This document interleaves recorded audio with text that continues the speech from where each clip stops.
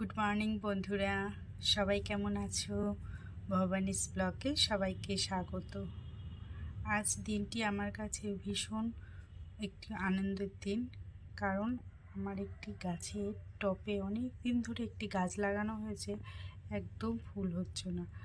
তারপরে দেখলাম কুড়ি এসছে, তো আজকেরই সেই ফুলটা ফুটেছে। চলো, আমিও খুব খুশি এবং তোমাদেরকেও দেখাই ফুলটা।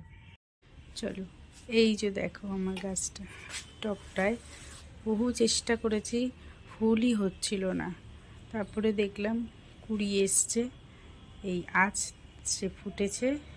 দেখো কেমন লাগছে, একটু সামনে থেকে তোমাদের দেখায়, কত সুন্দর লাগছে।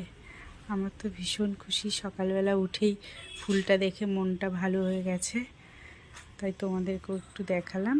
চলো, দেখ আমার অরিও এখানে বসে আছে, একদম বসে বসে উনি ঠান্ডার মধ্যে দেখছে। চলো, ঠিক আছে, ভালো থেকো, সুস্থ থেকো এবং আনন্দে থেকো।